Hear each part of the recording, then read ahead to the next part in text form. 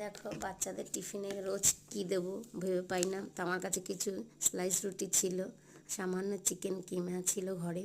তা আমি সেইটা দিয়েই একটা মিনি পিৎজা তৈরি করে দেখাবো তোমাদের। দেখো সামান্য চিকেন কিমার মধ্যে দিয়ে দিলাম আদা রসুন পেস্ট, দিয়ে দিলাম সামান্য হলুদ গুঁড়ো, দিয়ে দেবো সামান্য লঙ্কা গুঁড়ো,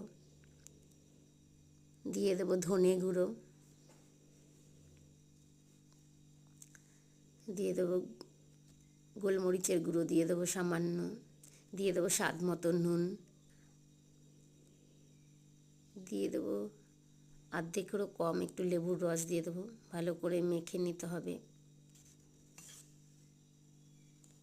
এবারে কড়াতে তেল গরম করে তাতে এবার কিমাটাকে আমি দিয়ে দেবো। দেখো কিমাটা আমার পুরো রেডি। এবারে কিছু পেঁয়াজ ও ক্যাপসিকামটাকে কিউব করে কেটে নিয়েছি। এবার পাউরুটিতে সস লাগিয়ে তার মধ্যে ওই চিকেন কিমাটাকে দিয়ে দেব, দিয়ে তার উপরে কয়েকটা পেঁয়াজ ও ক্যাপসিকাম কিউব করে কাটা সেগুলোকে 2-3টে করে আমি দিয়ে দেবো।